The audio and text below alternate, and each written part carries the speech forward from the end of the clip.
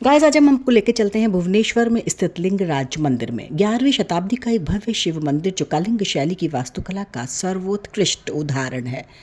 यह मंदिर लगभग 180 फुट ऊंचे शिखर के साथ ओडिशा के सबसे पुराने और सबसे बड़े मंदिरों में से एक है। यहाँ शिव को लिंगराज के रूप में पूजा जाता है, साथ ही हरिहर के रूप में भी मान्यता है, जहाँ विष्णु और शिव का संयुक्त रूप है। फेस्टिवल होते हैं। आइए जानते हैं में इस 12 महीने मंदिर में के 13 बारे में फेस्टिवल होते हैं, लेकिन यहाँ पर कुछ इस टाइम का फेस्टिवल ज़्यादा होता है। और ये जो भगवान होते हैं हरिहर भुवनेश्वर, यहाँ पर 3 मंदिर को 4 मंदिर में डिवाइड कर दिया गया है भगवान को, और 3 पीढ़ियों ने इस मंदिर को मिलकर के बनाए थे।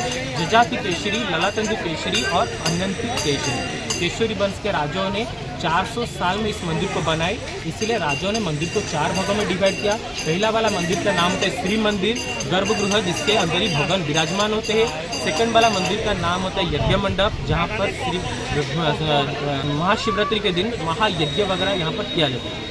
थर्ड वाला मंदिर का नाम होता है नृत्य मंडप, डांसिंग हॉल। छोटे बड़े बच्चे जो होते हैं किन्नन का अर्धनारीश्वर का रूप धारण करके बाबा के साथ ही फेस्टिवल के टाइम पर हमारे उड़ीसा में एक सबसे बड़ा फेस्टिवल जो डांस होता है उड़ीसी डांस होता है। छोटे बड़े बच्चे किन्नन का रूप धारण करके उड़ीसा का उड़ीसी डांस करते हैं, बाबा के साथ ही जाते हैं। और चौथा वाला लास्ट वाला मंदिर होता है भोग मंदिर, जहाँ पर भगवान बैठ करके भोजन करते हैं। अगर ये सिर्फ शंकर भगवान होते तो त्रिशूल का सिंबल रहता। अब 12 ज्योतिर्लिंग में जाइए, सिर्फ बैद्यनाथ को छोड़ के और बाकी के मंदिर में त्रिशूल रहेगा।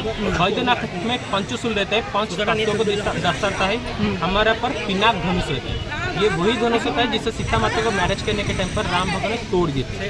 तो ये वही वाला परशुराम जी का पिनाकी धनुष होता है, क्योंकि ये हरि और हर होने से यहाँ पर शंकर और विष्णु दोनों को समर्पित होने से मंदिर यहाँ पर दोनों भगवान का सिंबल पिनाक धनुष को रखा गया है। परशुराम भगवान को शंकर भगवान ने पिनाक धनुष को दिए थे, और परशुराम भगवान ने राजा जनक को दे दिए थे, और राम भगवान ने सीता स्वयंवर के टाइम पर उस धनुष को तोड़ दिया। मंदिर को तो राजाओं ने बना लिया है, भगवान स्वयं भू होते हैं, अपने आप निकलते हैं। जैसे माता सती का 51 भागों में डिवाइड करने के बाद 51 शरीर को शक्तिपीठ के नाम से पूजा जाते हैं। ये भगवान जो होते 12 ज्योतिर्लिंग से तो गिनती नहीं होते, 4 धाम में भी नहीं आते, लेकिन ये जो भगवान होते हैं अपने आप जमीन को पाताल को फाड़ के निकले, जो अपने आप निकलते हैं उनको स्वयं भू बोला जाता है। कोई भी बनाया नहीं, मंदिर को सिर्फ राजाओं ने बना लिया, अपने आप निकलने से उनका नाम पड़ गया भू से बने हुए ईश्वर, मतलब जमीन से बने हुए ईश्वर नाम है भुवनेश्वर। और मंदिर के अंदर एक माता भी पूजा पाते हैं, उनका नाम होता है भुवनेश्वरी माँ। वो होते भगवान के शक्ति होते, जैसे वीरभद्र का शक्ति होते माँ भद्रकाली, और माता का पार्वती का शक्ति होते, सॉरी शंकर भगवान का शक्ति होते माता पार्वती अन्नपूर्णामा, वैसे ही भुवनेश्वर महाराज का शक्ति होते माता पार्वती। ये 51 शक्तिपीठ में से ये भी एक शक्तिपीठ होता है। दाहिने क्लीन फिंगर हमारे यहाँ पर गिरी थी, इसीलिए इनका नाम भुवनेश्वरी माँ बोला जाता है। और बाहर आप देखेंगे, एक मैंने बताया था पुष्करिणी होता है देवी पादहर। जब माता पार्वती ने शंकर भगवान को ढूंढते हुए उड़ीसा में आए थे, पहले चरण जहाँ पर रखे थे उस जगह फट गया था, वो भूमि फट गया था माता के चरण स्पर्श से, इसलिए उस जगह फट जाने से अभी के टाइम पर उस जगह का नाम पड़ गया देवी पादहरा।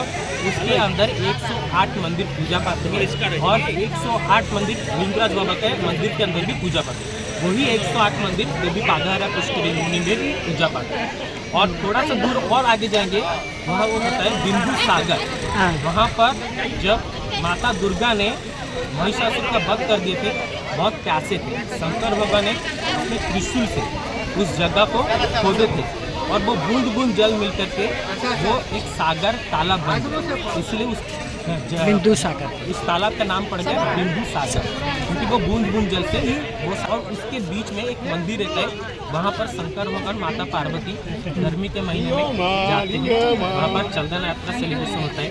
और उस टाइम पर जैसे हम लोग कभी भी बाहर जाते हैं तो गार्डन में बैठते हैं। अच्छा, तो माता पार्वती शंकर भगवान वहाँ पर जाकर के वहाँ पर बैठते हैं, अच्छा, तालाब के बीचों बीच। और उस टाइम पर हमारे पर चंदन यात्रा सेलिब्रेशन होता है।